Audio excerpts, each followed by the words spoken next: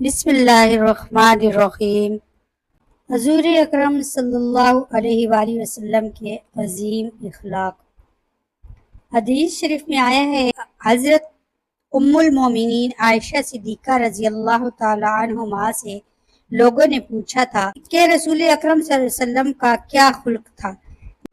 جس کی حق تعالیٰ نے قرآن شریف میں تعریف کی ہے۔ حضرت صدیقہ رضی اللہ تعالی عنہما نے فرمایا کہ آپ کا خلق قرآن تھا، یعنی جس چیز کو حق تعالیٰ نے اچھا فرمایا ہے وہی آپ کی طبیعت چاہتی تھی، اور جس چیز کو حق تعالیٰ نے قرآن شریف میں برائی سے یاد کیا ہے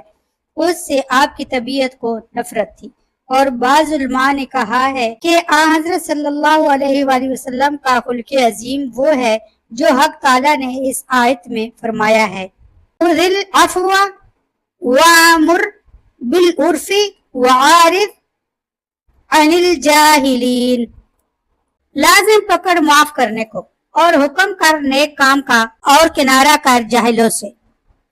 اور حقیقت میں اللہ کی طرف لوگوں کو بلانے میں اور دین حق کی تائید کرنے میں اس سے سخت تر کوئی چیز نہیں ہے۔ اور حدیث شریف میں وارد ہے،